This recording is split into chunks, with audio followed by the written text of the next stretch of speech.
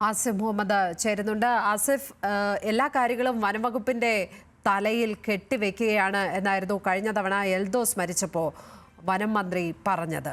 ഈ കാര്യങ്ങളിൽ എന്താണ് സംസ്ഥാനത്ത് സർക്കാരിന് മുന്നിലുള്ള പ്രതിബന്ധം എന്താണ്? വനം വകുപ്പിന് മുന്നിലുള്ള പ്രതിബന്ധം എന്താണ് ഈ ഫെൻസിംഗ് അടക്കം സ്ഥാപിക്കുന്നതിൽ?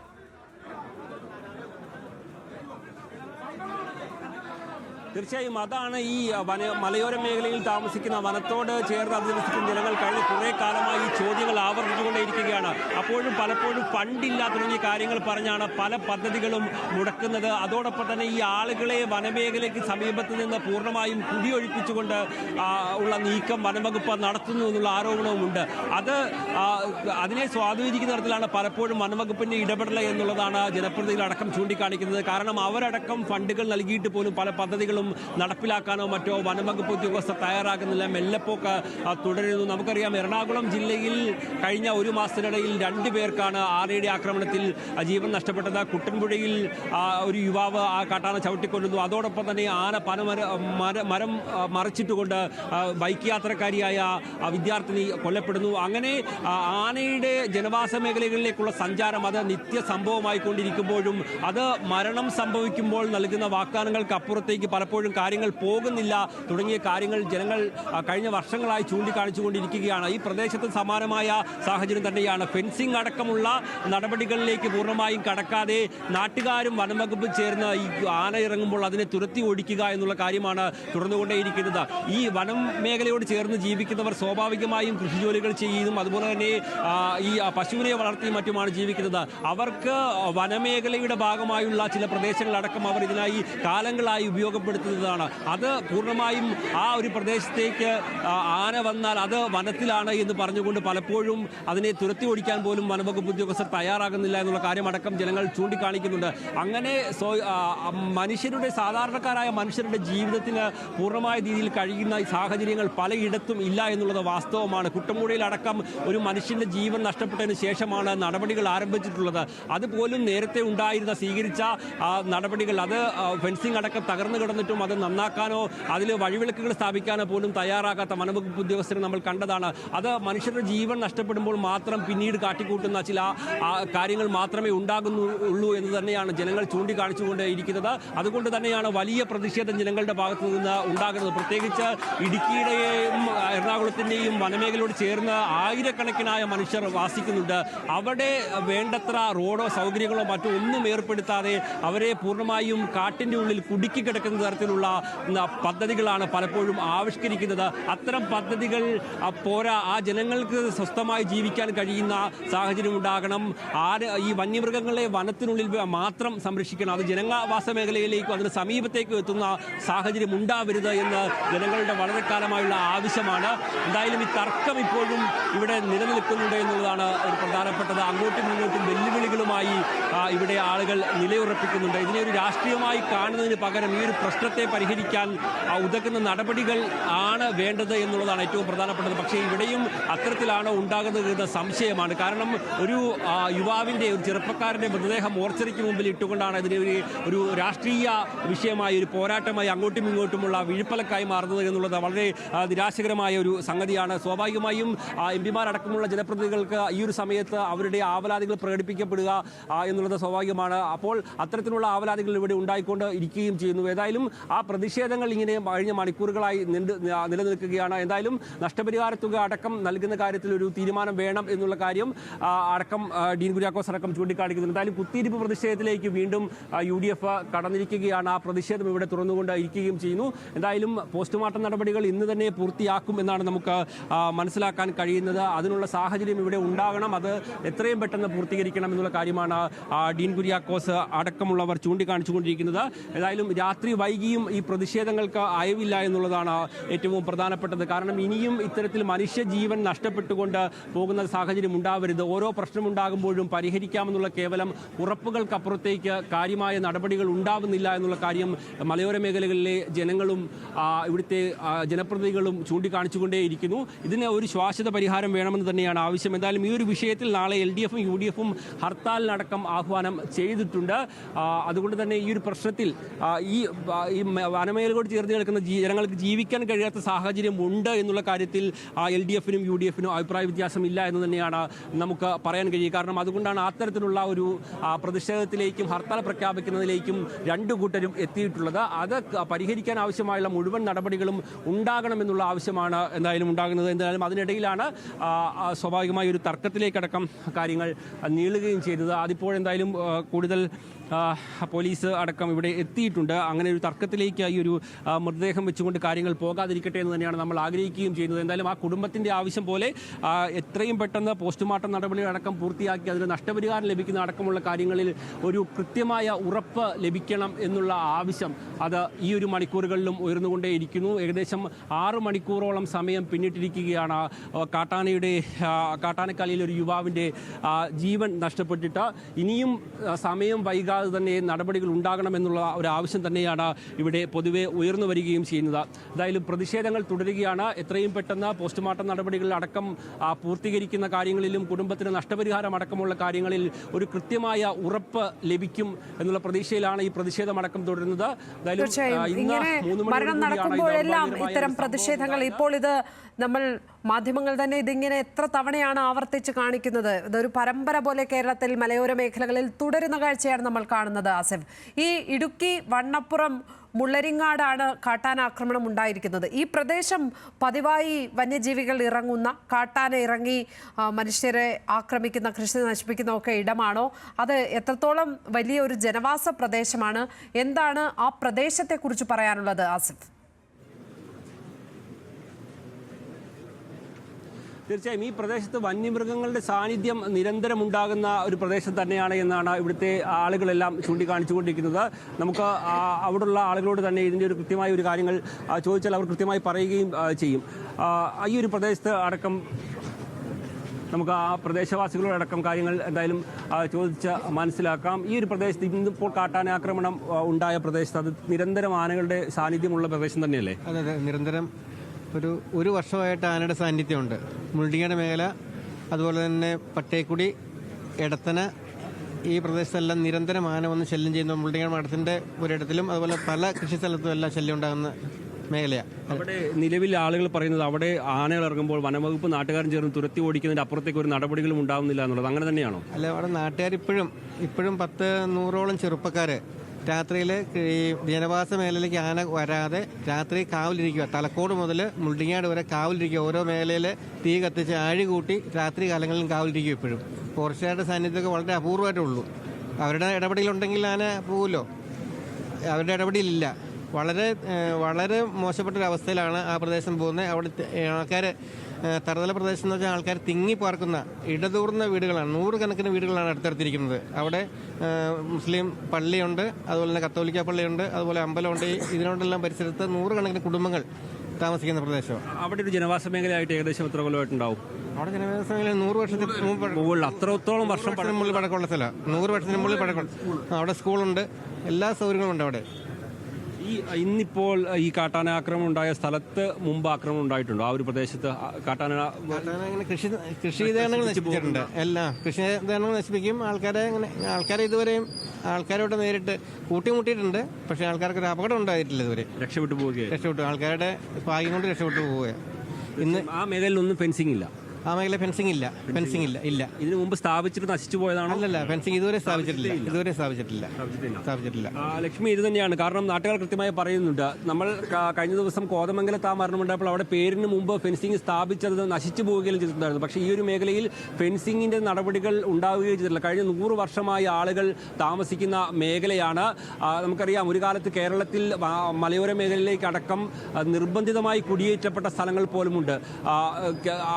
അങ്ങനെയുള്ള പ്രദേശങ്ങളിലടക്കം ഇപ്പോഴും ജനങ്ങൾ വസിച്ചുകൊണ്ട് ഇരിക്കുകയാണ്. പക്ഷേ അവർക്ക് ആവശ്യമായുള്ള സൗകര്യങ്ങൾ ചെയ്തു കൊടുക്കാനോ അവരുടെ ജീവൻ സംരക്ഷിക്കാനോ ഉള്ള യാതൊരു നടപടികളും ഉണ്ടാകുന്നില്ല. അതിൻ്റെ തുടർച്ചയായ റിപ്പോർട്ടുകളാണ് പുറത്തു വന്നുകൊണ്ടിരിക്കുന്നത്. കഴിഞ്ഞ ഒരു മാസത്തിനിടയിൽ ഇടുക്കിയിലും എറണാകുളവും അതിൻ്റെ അതിർത്തി പ്രദേശങ്ങളിൽ മാത്രം 3 ജീവൻ നഷ്ടപ്പെടുന്നതിലേക്ക് കാര്യങ്ങൾ എത്തുകയും ചെയ്തിരിക്കുകയാണ്. അങ്ങനെ റോഡിലൂടെ, അതായത് PWD റോഡിലൂടെ പോലും സഞ്ചരിക്കാൻ കഴിയാത്ത സാഹചര്യത്തിലേക്ക് കാട്ടാനയുടെയും വന്യമൃഗങ്ങളുടെയും ശല്യം വർദ്ധിച്ചുകൊണ്ട് ഇരിക്കുന്നു. റോഡിന് സൈഡിൽ നിന്നുകൊണ്ട് മരം മറിച്ചിട്ട് ആളുകൾക്ക് ജീവൻ നഷ്ടപ്പെടുന്നു. അങ്ങനെ വളരെ ദുർവിധി എന്ന് നമുക്ക് ചൂണ്ടിക്കാണിക്കാൻ പറ്റുന്ന സാഹചര്യമാണ് ഈ ഒരു മലയോര മേഖലകളിലെല്ലാം ഉള്ളത്. ഇവർ കഴിഞ്ഞ വർഷങ്ങളായി ഇവർ ഇതിനെതിരെ ഫൈറ്റ് ചെയ്തുകൊണ്ടിരിക്കുകയാണ്. സ്വാഭാവികമായും മരണം സംഭവിക്കുമ്പോൾ പോലുമാണ് മാധ്യമങ്ങൾ പോലും ഈ ഒരു കാര്യങ്ങൾ റിപ്പോർട്ട് ചെയ്യപ്പെടുക. പക്ഷേ കാട്ടാനയുടെ ആക്രമണം ഇവിടെ നിരന്തരം ഉണ്ടാകുന്നുണ്ട്. പലപ്പോഴും അവർ ഭാഗ്യം കൊണ്ട് രക്ഷപ്പെട്ടു പോകുന്ന സാഹചര്യമാണ് പലയിടങ്ങളിലും നിലവിലുള്ളത്. നമുക്കറിയാം, ഇന്ന് തന്നെ ഒരാൾ കൂട്ടത്തിലുണ്ടായിരുന്ന ചെറുപ്പക്കാരൻ ഓടി രക്ഷപ്പെടുകയാണ് ചെയ്തത്. ഇദ്ദേഹത്തിന് ഓടി രക്ഷപ്പെടാൻ കഴിയാതെ അതിൻ്റെ മുമ്പിൽ വിട്ടുപോകുന്ന ഒരു അവസ്ഥയാണ്. ഈ വനത്തോട് ചേർന്ന് ജീവിക്കുന്ന ആളുകൾ കൃഷിയും മറ്റ് അനുബന്ധ ജോലികളും ചെയ്തുകൊണ്ടാണ് ജീവിക്കുന്നത്. അതുകൊണ്ട് അവർക്ക് ആ ഒരു ജോലികൾ ചെയ്തോ മറ്റോ ജീവിതം മുന്നോട്ട് കൊണ്ടുപോകാൻ കഴിയാത്ത സാഹചര്യം തന്നെ ഇവിടെ നിലനിൽക്കുന്നു. കഴിഞ്ഞ കുറേ കാലമായി ആളുകൾ ഇതിന് പരിഹാരം ഉണ്ടാകണമെന്ന് മാറി മാറി വരുന്ന ഗവൺമെൻറ്റുകളോടെല്ലാം ആവശ്യപ്പെട്ടുകൊണ്ടേ ഇരിക്കുന്നുണ്ട്. 100 വർഷമായി ആളുകൾ ജീവിക്കുന്ന ഈ ഒരു പ്രദേശത്ത് ഫെൻസിംഗ് അടക്കമുള്ള യാതൊരു സംവിധാനങ്ങളും ഇല്ല എന്നുള്ളതാണ് ഏറ്റവും പ്രധാനപ്പെട്ടത്. ഇപ്പോൾ അല്പം മുമ്പ് നമ്മളോട് സംസാരിച്ച വ്യക്തി പറഞ്ഞത് അവിടെ 100 കണക്കിന് വരുന്ന യുവാക്കൾ അവർ രാത്രികാലങ്ങളിൽ ആ നാടിന് കാവലിരുന്നു കൊണ്ടാണ് അവരുടെ ജീവിതം മുന്നോട്ട് പോകുന്നത് എന്നുള്ളതാണ്. കാരണം അവർക്ക് പകൽ സമയത്ത് പണിക്ക് പോവുകയും രാത്രിയിൽ മറ്റുള്ളവർക്ക് കാവലിരിക്കുകയും ചെയ്യേണ്ടി വരുന്ന ഒരു ദുരവസ്ഥയാണ് ആ നാട്ടിലെ ചെറുപ്പക്കാർക്കടക്കമുള്ളത്. ഇനിയും ഈ ഭരണകൂടങ്ങൾ ഇത്തരത്തിൽ കേവലം വാഗ്ദാനങ്ങൾ നൽകാതെ ഇനിയും ഇത്തരത്തിലുള്ള ജീവൻ നഷ്ടപ്പെടുന്നതിലേക്ക് കാര്യങ്ങൾ എത്തിക്കരുത് എന്ന് തന്നെയാണ് ഇവർ ചൂണ്ടിക്കാണിച്ചുകൊണ്ടിരിക്കുന്നത്. കഴിഞ്ഞ ദിവസം കോതമംഗലത്ത് കുട്ടമ്പുഴയിൽ ഒരു യുവാവിൻ്റെ ജീവൻ നഷ്ടപ്പെട്ടപ്പോഴും ഇത്തരത്തിലുള്ള പല ഉറപ്പുകളും നൽകിയിരുന്നു. വനമേഖലയോട് ചേർന്ന് ജീവിക്കുന്ന ജനങ്ങൾക്ക് സുരക്ഷ ഉറപ്പാക്കാൻ ആവശ്യമായുള്ള നടപടികൾ ഉണ്ടാകുമെന്നുള്ളത്. പക്ഷേ അതിന് 1-2 ആഴ്ച കഴിഞ്ഞപ്പോഴാണ് വീണ്ടും അടുത്ത സ്ഥലത്ത് ഇതുപോലെ ഒരു യുവാവിന് ജീവൻ നഷ്ടപ്പെടുന്നതിലേക്ക് കാര്യങ്ങൾ എത്തിയിരിക്കുന്നത്. ആ വീട്ടിലെ ഏക അത്താണിയായ ഒരു ചെറുപ്പക്കാരനാണ് ഇന്ന് ജീവൻ നഷ്ടപ്പെട്ടത്. ഡിഗ്രി വിദ്യാഭ്യാസം അടക്കമുള്ള ചെറുപ്പക്കാരനാണ്. വീടിനോട് ചേർന്നുള്ള പ്രദേശങ്ങളിൽ കൃഷി ജോലി ചെയ്തും അതുപോലെ തന്നെ പശുവിനെയും മറ്റും വളർത്തിയാണ് ഉപജീവന മാർഗം നടത്തിയിരുന്നത്. ആ യുവാവിനാണ് ഇന്ന് ജീവൻ നഷ്ടപ്പെട്ടിട്ടുള്ളത്. എന്തായാലും വാഗ്ദാനങ്ങൾ നൽകുകയും പദ്ധതികൾ പ്രഖ്യാപിക്കുകയും ചെയ്തതിൻ്റെ അപ്പുറത്തേക്ക് ശാശ്വതമായ ഒരു പരിഹാരം ഉണ്ടാകണമെന്നാണ് ഇവിടെ കൂടിയിരിക്കുന്ന ജനങ്ങളുടെ മുഴുവൻ ആവശ്യം. ഇപ്പോഴും ഈ ആശുപത്രിക്ക് മുമ്പിൽ 100 കണക്കിന് വരുന്ന ആളുകൾ ഇവിടെ കാത്തു നിൽക്കുകയാണ്. തൊടുപുഴ താലൂക്ക് ആശുപത്രിക്ക് മുമ്പിൽ പ്രതിഷേധവുമായി രംഗത്തെത്തിയിരിക്കുകയാണ്. അപ്പോഴും അവർ ചൂണ്ടിക്കാണിക്കുന്നുണ്ട് 5 മണിക്കൂറിലധികം സമയമായി ആ യുവാവിൻ്റെ ജീവൻ നഷ്ടപ്പെട്ടിട്ട്. അപ്പോഴും ആ പോസ്റ്റ്മോർട്ടം നടപടികൾ പൂർത്തിയാക്കി വേഗത ഈ ഒരു കാര്യത്തിൽ ഉണ്ടാകുന്നില്ല. ഉദ്യോഗസ്ഥരടക്കമുള്ളവർ ഇങ്ങോട്ട് എത്തുന്നില്ല തുടങ്ങിയ കാര്യങ്ങളാണ് ഇവർ ചൂണ്ടിക്കാണിച്ചുകൊണ്ടിരിക്കുന്നത്. ഏതായാലും എത്രയും പെട്ടെന്ന് ഈ പോസ്റ്റ്മോർട്ടം നടപടികൾ പൂർത്തിയാക്കി മൃതദേഹം വിട്ടുകൊടുക്കാൻ അടക്കമുള്ള നടപടികൾ ഉണ്ടാകണമെന്നാണ് ഇവിടെ കൂടിയിരിക്കുന്ന മുഴുവൻ ആളുകളും ആവശ്യപ്പെട്ടുകൊണ്ടിരിക്കുന്നത്. ലക്ഷ്മി, വലിയ പ്രതിഷേധമാണ് ആശുപത്രിക്ക് മുന്നിൽ നടക്കുന്നത്. ഇന്ന് വൈകിട്ടാണ് ഇടുക്കി വണ്ണപ്പുറം മുള്ളരിങ്ങാട് കാട്ടാനാക്രമണത്തിൽ യുവാവ് മരിച്ച അമർ ഇബ്രാഹിമിന്റെ പോസ്റ്റ്മോർട്ടം നടപടികൾ നടക്കുന്ന തൊടുപുഴ ജില്ലാ ആശുപത്രിക്ക് മുന്നിലാണ് ഇപ്പോൾ പ്രതിഷേധം തുടരുന്നത്. അർഹമായ നഷ്ടപരിഹാരം ഇവർക്ക് ഉറപ്പാക്കണം എന്നുള്ള കാര്യം പറയുന്നു. അവിടെ കാട്ടാന ശല്യമടക്കം നിരന്തരമുണ്ടാകുന്ന പ്രദേശം, എന്നിട്ട് പോലും ഫെൻസിങ് സ്ഥാപിച്ചിട്ടില്ല. ഈ അപകടമുണ്ടാകുമ്പോൾ മാത്രം ഓരോ സമയവും ഓരോ നടപടികൾ കാട്ടിക്കൂട്ടുകയാണ് അധികൃതർ ചെയ്യുന്നത്. അതിനപ്പുറം ആത്മാർത്ഥതയോടെയുള്ള പ്രവർത്തനങ്ങൾ സർക്കാരുകളുടെ ഭാഗത്ത് നിന്ന് ഉണ്ടാകുന്നില്ല. അടിയന്തരമായി കേന്ദ്ര സർക്കാരിൻ്റെയും ശ്രദ്ധ പതിയേണ്ട വിഷയമാണ് കേരളത്തിലെ അടക്കം മലയോര മേഖലകളിലെ ഈ വന്യജീവി മനുഷ്യ സംഘർഷം. അതിന്മേൽ നിയമ ഭേദഗതിയാണ് ആവശ്യപ്പെടുന്നത് കേരളമടക്കം. പക്ഷേ കേന്ദ്രത്തിൻ്റെ ഭാഗത്തു നിന്നും ഈ വിഷയങ്ങളിൽ അടിയന്തരമായ ശ്രദ്ധയുണ്ടാകുന്നില്ല. നിരന്തരം വന്യജീവികളുടെ ആക്രമണത്തിൽ മനുഷ്യർ മരിക്കുന്ന സാഹചര്യം. ഇപ്പോൾ ഇതിനോടകം തന്നെ ഈ 2-3 മാസത്തിനകം തന്നെ പല അപകട വാർത്തകൾ നമ്മൾ റിപ്പോർട്ട് ചെയ്തു. എൽദോസിൻ്റെ മരണം സംഭവിച്ചിട്ട്, കുട്ടമ്പുഴയിൽ എൽദോസിൻ്റെ മരണം സംഭവിച്ചിട്ട് അധികമായിട്ടില്ല. 2 ആഴ്ചയ്ക്കുള്ളിലാണ് ആ സംഭവവും ഉണ്ടായത്. അപ്പോഴും നമ്മൾ ഇത്തരത്തിലുള്ള പ്രതിഷേധങ്ങൾ കണ്ടതാണ്. ഇങ്ങനെ വന്യജീവി ആക്രമണങ്ങൾ, മരണങ്ങൾ, പ്രതിഷേധങ്ങൾ, ഇതിങ്ങനെ ഒരു സൈക്കിൾ പോലെ ആവർത്തിക്കുന്നതാണ് മലയോര മേഖലകളിൽ നമ്മൾ കണ്ടുകൊണ്ടേയിരിക്കുന്നത്. അവിടുത്തെ മനുഷ്യർക്ക് ഉറങ്ങാൻ കഴിയുന്നില്ല. അവർ ആശങ്കയോടെയാണ് ജീവിക്കുന്നത്. ഭയത്തിൻ്റെ നിഴലിലാണ് അവരെല്ലാവരും ഉള്ളത്. അവരുടെ പ്രശ്നം ഒരു പൊതുപ്രശ്നമാണെന്ന രീതിയിൽ ഏറ്റെടുക്കാൻ പോലും ആർക്കും കഴിയുന്നില്ല എന്നുള്ളതാണ്. പലപ്പോഴും രാഷ്ട്രീയ പാർട്ടികളുടെ പ്രതിഷേധങ്ങൾ ഉണ്ടാകുമ്പോഴും അത് ആ മേഖലയിലുള്ള ആളുകളുടെ മാത്രം വിഷയമാണ്. അവിടെയുള്ള രാഷ്ട്രീയക്കാർ മാത്രമാണ് അതിനോട് പലപ്പോഴും പ്രതികരിക്കുന്നത്. കേരളത്തിൻ്റെ മൊത്തം ഒരു വിഷയമായി ഇതുവരെയും ഈ മലയോര ജനതയുടെ പ്രശ്നം ഏറ്റെടുക്കുവാൻ ആർക്കും കഴിഞ്ഞിട്ടില്ല എന്നുള്ളത് കൊണ്ട് തന്നെയാണ് ഈ വിഷയങ്ങൾ, ഈ പ്രശ്നങ്ങൾ ഇങ്ങനെ അനന്തമായി നീളുന്നത്. ഇപ്പോഴും പ്രതിഷേധം അവിടെ തുടർന്നുകൊണ്ടേയിരിക്കുന്നു. ആസിഫ് ചേരുന്നുണ്ട്. ആസിഫ്, പ്രധാനമായും പ്രതിഷേധക്കാർ ഉന്നയിക്കുന്ന ആവശ്യങ്ങൾ എന്തൊക്കെയാണ്? എന്തെങ്കിലും ഒരു അറിയിപ്പ് അവിടെ ലഭിക്കുന്നുണ്ടോ? അവരെ അനുനയിപ്പിക്കാനുള്ള എന്തെങ്കിലും വർത്തമാനങ്ങൾ നടക്കുന്നുണ്ടോ അവിടെ?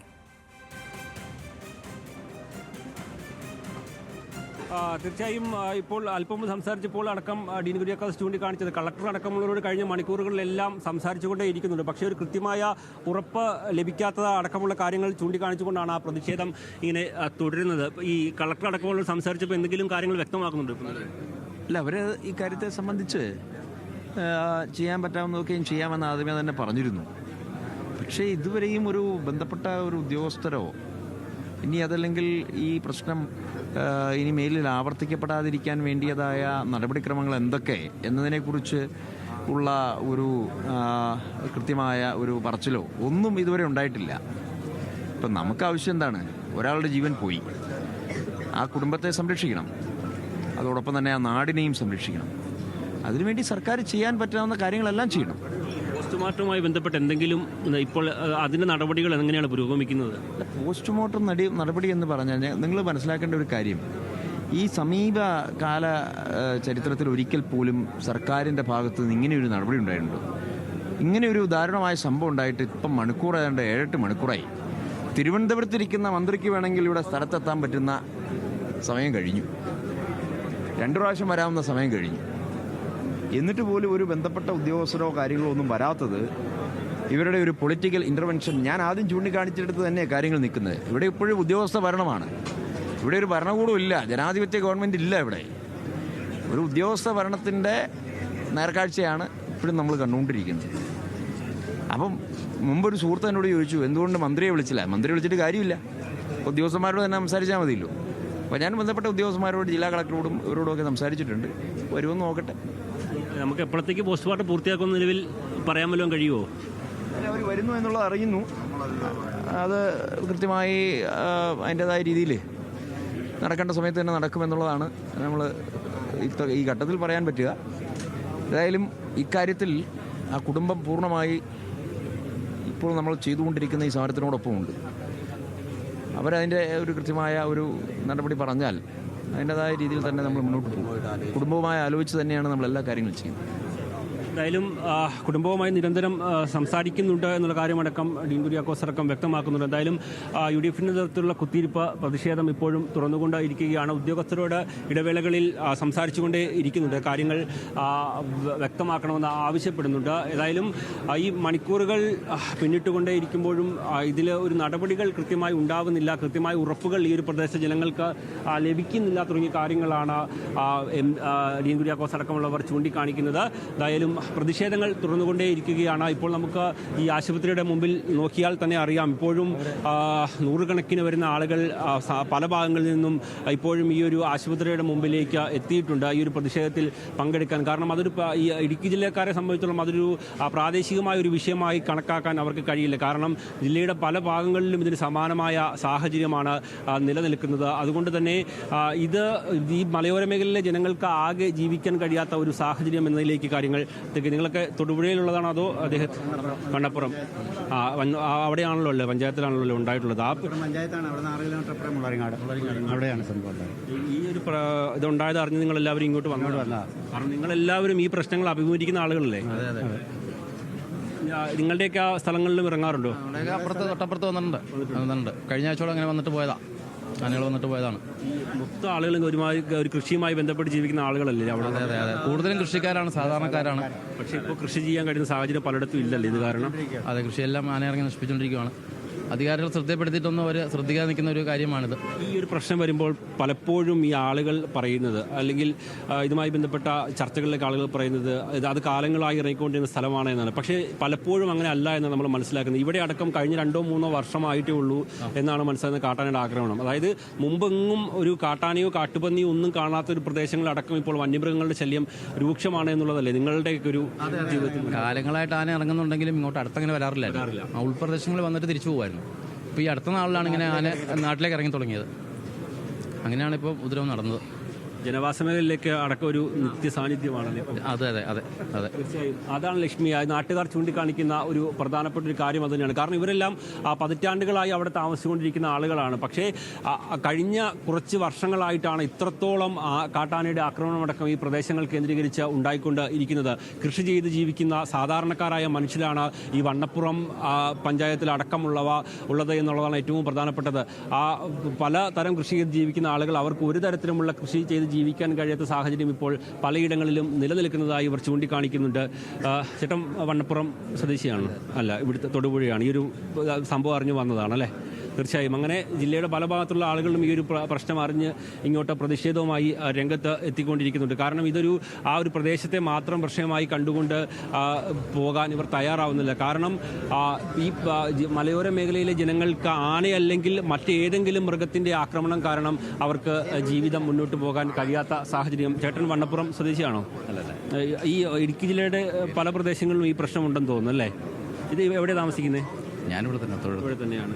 ഈ പ്രതിഷേധം ഇങ്ങനെ തുടരാൻ തന്നെയാണ് നിങ്ങളുടെ എല്ലാം തീരുമാനം? കാരണം ഇതിങ്ങനെ നിരന്തരം ആവർത്തിക്കുന്ന ഒരു സംഭവമായതുകൊണ്ട് തന്നെ അല്ലേ? ഇത് ശക്തമായ പ്രതിഷേധം, ഒരു പ്രശ്നമല്ലല്ലോ.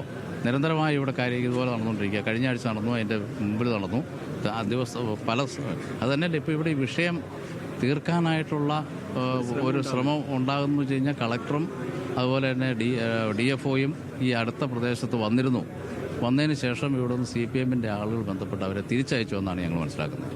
അത് വളരെ നിഷേധാത്മകമായിട്ടുള്ള സമീപനമാണ്. ഇത് ഈ പ്രശ്നത്തോടുള്ള ഇതല്ല, അത് വളരെ നിഷേധാത്മകമാണ്. ആ കുടുംബത്തെ സഹായിക്കാനുള്ള ഉത്തരവാദിത്വം അവർക്കും ഉണ്ട്, എല്ലാവർക്കും ഉണ്ട്. അവരും സമരത്തിൽ നാളെ ബന്ദിൽ പ്രഖ്യാപിച്ചിട്ടുണ്ട്. എന്നിട്ട് അവരെടുത്തിരിക്കുന്ന സമീപനം ഇതാണ്. അതാണ് ഇതിൻ്റെ ഒരു നിഷേധാത്മകമായ സമീപനം എന്ന് പറയുന്നത്.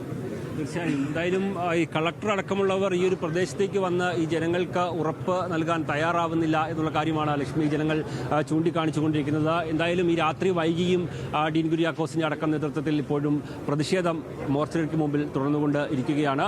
നമ്മൾ മനസ്സിലാക്കുന്നതനുസരിച്ച് DFO അടക്കമുള്ളവർ ഈ ഒരു പ്രദേശത്തേക്ക് എത്തും എന്നുള്ള കാര്യം മനസ്സിലാക്കുകയും ചെയ്യുന്നുണ്ട്. ലക്ഷ്മി, വനംവകുപ്പ് അധികൃതരുടെ ഭാഗത്തു നിന്ന് ഇതുവരെയും പ്രതികരണം ഒന്നും വന്നിട്ടില്ല എന്നാണ് ഞാൻ മനസ്സിലാക്കുന്നത്. ഏതായാലും DFO അടക്കമുള്ളവർ അവിടേക്ക് എത്തിച്ചേരുമെന്ന് ആസിഫ് റിപ്പോർട്ട് ചെയ്യുന്നുണ്ട്. ആസിഫ്, അത്തരത്തിൽ വനംവകുപ്പ് ഉദ്യോഗസ്ഥർ ഈ പ്രതിഷേധ സ്ഥലത്തേക്ക് എത്തുമ്പോൾ കൂടുതൽ ജനരോഷം കൂടുതലാകുവാനല്ലേ സാധ്യതയുള്ളത്?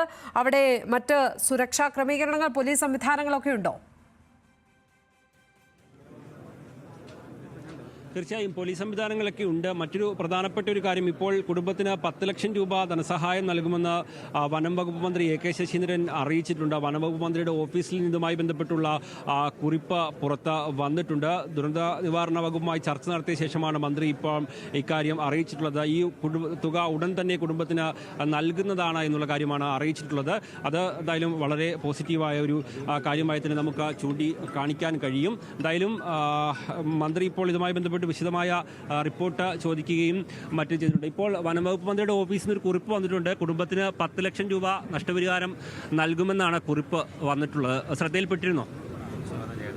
അല്ല, അത് ഔദ്യോഗികമായിട്ട് അവർ അറിയിക്കട്ടെ. നമുക്കൊരു ജനപ്രതിനിധികളെ ഇവിടെ അറിയിച്ചിട്ടില്ലല്ലോ, അങ്ങനെ നമ്മളെ ആരും അറിയിച്ചിട്ടില്ല.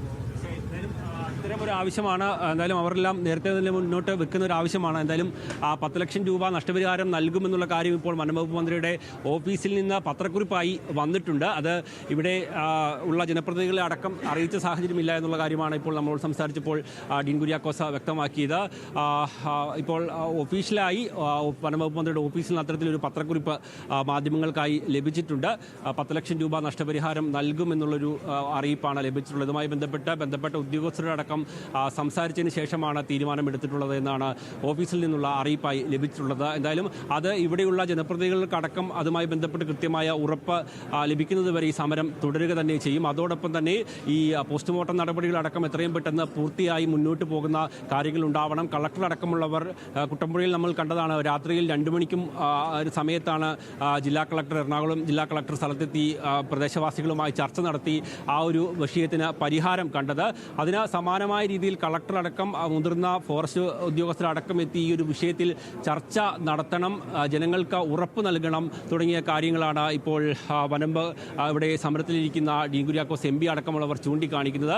അത്തരത്തിലുള്ള ഉറപ്പുകൾ ലഭിച്ചാൽ മാത്രമേ ഞങ്ങൾ പിരിഞ്ഞു പോകുകയുള്ളൂ എന്നുള്ള കാര്യവും അവർ അറിയിച്ചിട്ടുണ്ട്. എന്തായാലും അത്തരത്തിലുള്ള ഉറപ്പുകൾ ഇനി ഉണ്ടാകുമോ, ഇങ്ങോട്ട് ഉന്നത ഉദ്യോഗസ്ഥരടക്കം വരുമോ എന്നുള്ള കാര്യത്തിൽ നമുക്ക് ഇപ്പോഴും വ്യക്തതയില്ല. പക്ഷേ അവർ തൊടുപുഴയിലേക്ക് അടക്കം ആ പ്രദേശത്തേക്ക് എത്തിയിരുന്നു. പക്ഷേ അത് ആശുപത്രിയിലേക്ക് എത്താതിരുന്നത് ഒരു പ്രതിഷേധം ഭയന്നാണ് എന്നാണ് നമ്മൾ മനസ്സിലാക്കുകയും ചെയ്യുന്നത്. ഏതായാലും രാത്രി വൈകിയും നൂറുകണക്കിന് വരുന്ന മനുഷ്യർ ഈ ഒരു ആശുപത്രി മോർച്ചറിക്ക് മുമ്പിൽ അടക്കം ഇരുന്ന് പ്രതിഷേധിക്കുന്ന ഒരു സാഹചര്യമുണ്ട്. ഇത്തരം സംഭവങ്ങൾ ആവർത്തിക്കപ്പെടാതിരിക്കാനുള്ള നടപടികൾ ഉണ്ടാവണം എന്നുള്ള ഒരു ആവശ്യമാണ് ഇവിടുത്തെ ജനങ്ങൾക്കാകെയുള്ളത്. ഏതായാലും വളരെ ദാരുണമായ ഒരു സംഭവമാണ് ഇതുമായി ബന്ധപ്പെട്ട ഉണ്ടായിട്ടുള്ളത് എന്നുള്ളത് നമ്മൾ കാണാതിരുന്നുകൂടാ. കാരണം കഴിഞ്ഞ ഒരു മാസത്തിനിടയിൽ തന്നെ ഇടുക്കി എറണാകുളം ജില്ലാ അതിർത്തിയിൽ 3 മനുഷ്യർക്കാണ് ഇതുമായി ബന്ധപ്പെട്ട ജീവൻ നഷ്ടപ്പെടുന്നതിലേക്ക് കാര്യങ്ങൾ എത്തിയത്. കാരണം ആ കാട്ടാനയുടെയും മറ്റു മൃഗങ്ങളുടെയും ശല്യം കാരണം ജീവിക്കാൻ പോലും കഴിയാത്ത സാഹചര്യത്തിലേക്ക് ഈ ഒരു പ്രദേശവാസികൾ ആകെ മാറിയിട്ടുണ്ട് എന്നുള്ളതാണ് വാസ്തവം. മനുഷ്യരുടെ ജീവൻ നഷ്ടപ്പെടുമ്പോൾ മാത്രം അത് വലിയ വാർത്തകളാകുന്നു എന്നതിൻ്റെ അപ്പുറത്തേക്ക് വലിയ രീതിയിലുള്ള ചെറുത്തുനിൽപ്പാണ് ഈ ഒരു പ്രദേശത്ത് ജനങ്ങൾ നടത്തിക്കൊണ്ടിരിക്കുന്നത് എന്നുള്ളതാണ് ഏറ്റവും പ്രധാനപ്പെട്ടത്. ഇന്ന് മരിച്ച അമറിനെ സംബന്ധിച്ച് പറയുകയാണെങ്കിൽ ആ വീട്ടിലെ അടക്കം ഏക അത്താണിയായിരുന്നു അമർ. കാടിനോട് ചേർന്നാണ് ഇവരുടെ വീട്. കഴിഞ്ഞ 3 വർഷമായി ഈ പ്രദേശത്ത് കാട്ടാനയുടെ ശല്യം രൂക്ഷമായി നിലനിൽക്കുന്ന ഒരു പ്രദേശമാണ്. വനം വകുപ്പ് ഉദ്യോഗസ്ഥരും നാട്ടുകാരും ചേർന്നാണ് പലപ്പോഴും ഈ ആനകളെ തുരത്താറുള്ളത്. പക്ഷേ അതിൻ്റെ അപ്പുറത്തേക്ക് മറ്റ് നടപടികളൊന്നും ഈ ഒരു പ്രദേശത്ത് ഉണ്ടാകുന്നില്ല എന്നുള്ളതാണ് ഏറ്റവും പ്രധാനപ്പെട്ടതായി ആളുകൾ ചൂണ്ടിക്കാണിക്കുന്നത്.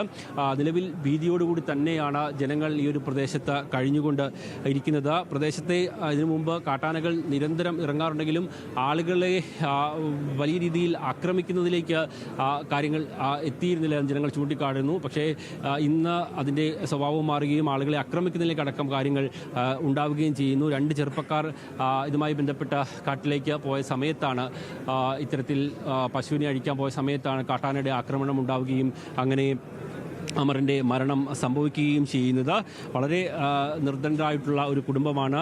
ഡിഗ്രി വിദ്യാഭ്യാസം അടക്കം പൂർത്തിയാക്കിയ ചെറുപ്പക്കാരനാണ്. അതിനുശേഷം വീടിനോട് ചേർന്ന് മറ്റ് പല വിധത്തിലുള്ള ജോലികൾ ചെയ്തും കൃഷി ജോലികളും മറ്റും ചെയ്താണ് അദ്ദേഹം ജീവിതം മുന്നോട്ട് പൊയ്ക്കൊണ്ട് ഇരുന്നത്.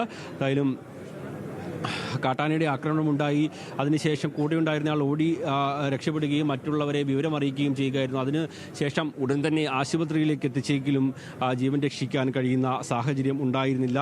ഇടുക്കി മുള്ളരിങ്ങാട് അമേൽത്തൊട്ടിയിലാണ് ഈ കാട്ടാനയുടെ ആക്രമണം ഇന്ന് ഒരു മനുഷ്യ ജീവൻ കളയുകയും എടുക്കുകയും ചെയ്തത്. കാട്ടാനക്കലിയിൽ ജീവിതം നഷ്ടപ്പെടുന്ന മനുഷ്യരുടെ കാര്യം തുടർ സംഭവമായിക്കൊണ്ട് ഇരിക്കുകയാണ്. അപ്പോൾ കേവലം നഷ്ടപരിഹാരം നൽകി പോകാതെ ഈ ഒരു പ്രശ്നം പരിഹരിക്കാൻ ആവശ്യമായുള്ള നടപടികൾ ഉണ്ടാകണമെന്ന് തന്നെയാണ് ഈ നാട്ടുകാരുടെ അടക്കം ആവശ്യം. എന്തായാലും ഇപ്പോൾ ഡീൻ കുര്യാക്കോസ് MPയുടെ നേതൃത്വത്തിലുള്ള കുത്തിയിരിപ്പ് പ്രതിഷേധം ഇവിടെ തുടർന്നുകൊണ്ടേയിരിക്കുകയാണ്.